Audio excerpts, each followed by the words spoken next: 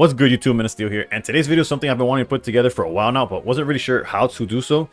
This idea was further pushed when I saw Jody stream 100 games in one day, and although I do not have the time, nor the energy, nor the resolve to complete that feat, what I do have is a daily 4-hour window in which I stream Mondays through Fridays. Thus, we have today's video. My goal is to use my entire 4-hour stream solely on one deck and play as many games as I can in that time frame, and use that data to see how the deck stacks up against the meta, as well as give us an idea of what the current format actually is. And as you can see, for today's video, we'll be breaking down Leafeon EX and Flareon, aka the Evolution deck, aka the Eevee Box. Side note, I want to emphasize that I am in fact a top 100 player, thus I play against many players near or around my level. Granted, I don't know exactly what goes into like deciding the matchmaking, and I've faced many members that are either way ahead of me in the top 100, or I'm assuming there has to be some that are like falling behind, or like maybe top 5,000. Regardless, I bring this up not as a flex, but more of a disclaimer, as it's very possible that my matchups do not reflect what yours are, as the meta seems to change from tier to tier, not to mention day to day, and this info is just meant as an experiment as well as a discussion piece. Also, I'm well aware that 4 hours and just over 30 games is not sufficient data to make any conclusions, but I do believe it'll give us a better idea of not only how the deck performs overall, but it will let us see any standout strengths or blatant weaknesses that the deck has. Before we begin, if you enjoy this type of content and would like to see more, please consider subscribing, and also let me know if the info in this video reflects your own personal experience, and feel free to comment down below what decks you would like to see me try with this concept in mind. As for gameplay with the deck, I will link the entire 4-hour VOD down below, as I truly believe the best way to learn a deck other than piloting it yourself is to watch somebody else in practice, and the VOD will show you everything from the top plays to some missteps, and I try my best to verbalize the good and the bad of all my plays during the live stream. And with that said, let's jump right into the Eevee Box deck that I was using. As you can see here, the Eevee Box deck card for card is 2 Eevees that use collect, 2 Eevee EXs, then we have 2 Leafeon EX, 2 Flareon EX, 1 Sylveon EX, and 1 Leafeon non-EX version.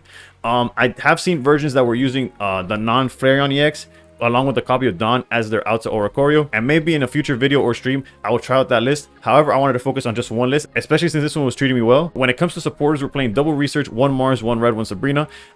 There's certain lists again that we're using Dawn, like I mentioned earlier. There's also lists that we're using Cyrus. Personally, I feel like these 3 are exactly what the deck needs for most, if not every matchup that comes up. There's certain times where I wish I had a Guzma or maybe a Rocky Helmet or something that adds additional damage, but I feel like this deck does just what it needs. The Eevee bag is one of the most broken like cards in the game in terms of like what it does, right? Because clearly it's not very splashable, it's not very universal. You can only use it at, like, it's not as splashable as like you put Sylveon EX in basically everything just to draw 2. You don't even need the energy for it. But Eevee bag being able to kill every evolution that you have for 20 HP, sort of like a mini Irida, or be able to boost all your attacks by 10 like a Geo, is just something that shouldn't be on an item card, but I'm not going to complain. It's one of the reasons why this deck works. Then you obviously have the staple 2 Pokeballs, and then 1 giant cape is like perfect in my opinion, just to make sure your Pokemon survive certain ranges. For example, Flareon could take on a Charizard attack, as well as in the mirror, you could survive past the red. There's many occasions, and in practice, you'll realize that cape is like very useful, especially also another one is in Sylveon Greninja. It keeps Flareon safe from being able to just be dragged out with the Cyrus play with Greninja, because you have that extra 20 HP, and then you have cards like Eevee that heal that extra 20, so you could use Combust. Honestly, everything in this deck kind of flows together, although not inherently perfect. It's just the way it works. It's such a toolbox. It's such a fun deck to use. So many options. Yes, the deck is a little unforgiving. You could easily like misstep, like you put 1 energy wrong or in turn 1, and it'll cost you the game like 5 or 6 turns later, which is kind of rough. But with enough practice, you kind of get used to like where you should be allocating your energy, and it goes a long way in just performing better. Another thing that was pointed out to me during stream by a very good player in Varoom is that this deck doesn't seem to have like any easy wins. There's no like free wins, but the fact that you get to not have that many like bad losses, like the fact that you could have a fight in every game, is what I enjoy, not only from this deck but just Pocket in general. But that's pretty much all I have to say about the list. If you have any questions or any suggestions, or if you require any more explanation on certain cards, feel free to comment down below and I'll answer as soon as I see it. But let's take a deeper look into the actual matches or the stats that I found. As we see here, we played 32 games in the 4 hours that I streamed, thus averaging about 7.5 minutes per game. This is a little skewed because I didn't just like I wasn't playing like consistently. Like I wasn't like as soon as one ended, jump right in, jump back in. I did do that for the majority. It wasn't just the whole time. There was like a bathroom break, answering chat, answering some questions, fixing this and that. Like it wasn't just straight up playing. So maybe I could have like lowered that to like maybe 7 minutes per game. I don't see it much lower than 6.5, right? I don't think I could have shaved up that much time. Regardless, our record was 18-14 for a win rate of 56%, which is a little higher than my average. Granted, I've had a rough season this time around, especially trying to catch up with win streaks. I might have like forced some games that I could have maybe like played better. Our best win streak in the night was the 5-game win streak towards the end of the stream. Although I have to admit that I have had better performances not only with this deck but with other decks in general. So as far as like, is this the best deck in the format? Far from it. It's definitely not one of the most popular. It's just, again, it's just my favorite deck, so it's why I started with this video. Granted, I will make videos for decks like Sylveon Greninja, Charizard, maybe even Dark Giratina. It's just, again, comment down below which ones you want to see, and maybe I'll prioritize those. Another thing that I took note of is how many times I went first. In 32 games, I went first 20 times, which realistically, this is one of those few decks that could kind of adapt to either or. Granted, there's certain matchups where if you go second, it gives you so much more advantage. Like the one time we lost to Dartina, it's because we went first and they were able to start building up energy and we didn't see the right cards to close it out, aka there was no Flareon. However, I didn't count that as a brick. What I meant by brick is usually those games where I only had one Eevee and I couldn't build up a bench, which felt like a brick because most of the time, let's say I had a Leafeon or a Flareon in hand, I couldn't commit to building up adequately because I just didn't have the Eevees to like evolve. And although I don't want to claim that I played perfectly for 32 games or 31 games since there's one listed misplay, there's definitely one misplay that cost me the game immediately as soon as I did it. Although I lost like a few turns later, I realized the second that the way I applied my, I think it was I evolved the Flareon in the front instead of just doing some chip damage with the Leafeon. It's a very like niche, like a specific situation that happened, but I'm convinced entirely that had I done it differently, I could have won that game almost guaranteed. Thus, that's why my misplay, like one guaranteed misplay was that one. Thus, in 32 games, I felt like I definitely misplayed once. That cost me the entire game. Sometimes I was able to recover. Sometimes it wasn't really a misplay. I just had to like put them on better habit, and that's not necessarily a bad play. And when it came to getting hit by Red Card or Mars, which is one of like the most popular decks in everything, especially in tournament play, in ranked you might find decks that aren't using it, although it feels like they always have it. I actually only got hit with it 7 times out of 32 games. And as far as whether it cost me games or not, is one of those details that I should have noted down. But as you can see from like the list of bricks, I didn't feel like they were affecting me too much. Although if you see my gameplay, I tend to hold Sylveon in researches until it's like necessary. I barely use them turn 1 unless I'm missing some kind of like piece, whether it's a backup Eevee or just my hand's just bad in general. So sometimes I fill my hand on purpose, thus making the Red Card or Mars more enticing for them, thus fixing my hand or an attempt to fix my hand. As far as my own Mars and Red Card, I'm only playing Mars, as you can see from the list that we just saw. But there was 2 times that I noted out of the 32 games that I played where I used Mars and it didn't do anything. Basically, the Charizard still was able to rare candy, or the Greninja was able to rare candy in 2 instances.